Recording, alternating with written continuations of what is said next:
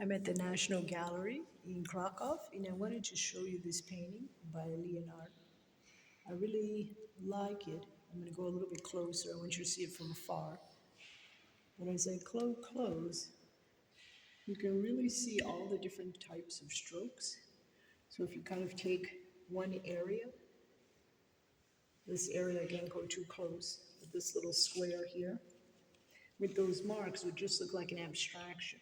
When you pull it back, it's all these little spaces, these negative spaces where they fill in with the color that makes these shapes. It's also contrasting colors on the color wheel with these red and greens that really make the painting pop. There's a variety of different types of greens and different types of strokes. Again, the strokes change direction and form and texture. Some of them are painted wet on wet, where they're blended on the canvas, you can see. And some of them are dry brush, where we have the dark, almost greenish black with those red strokes on top. Then we move here, and we have a lot of different color greens. Some of them are tints, some of them are tones, and they have gray in them. And we have a little bit of yellow again. They're posing that with these flat areas that are purplish gray.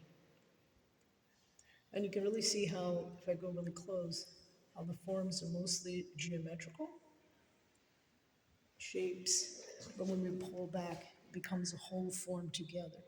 But I think it really works because of the texture, the layering, the wet on wet process, the negative space, the outlining again of these hands in dark colors and the figure. It's almost like a Max Beckman.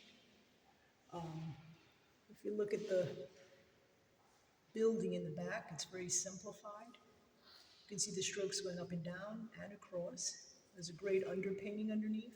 And they kind of, those strokes underneath show on top. Even for the rough texture in that wonderful sun sky in the sky.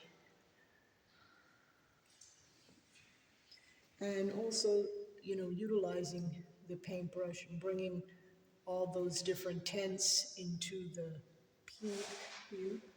You can see on the different color reds, and just making those patterns. Those are done fast. You can see some of the strokes are rough and some of them are smooth, and it gives it a really nice sense of balance. So I definitely recommend for you to come to the National Museum in Krakow. It's definitely a treat.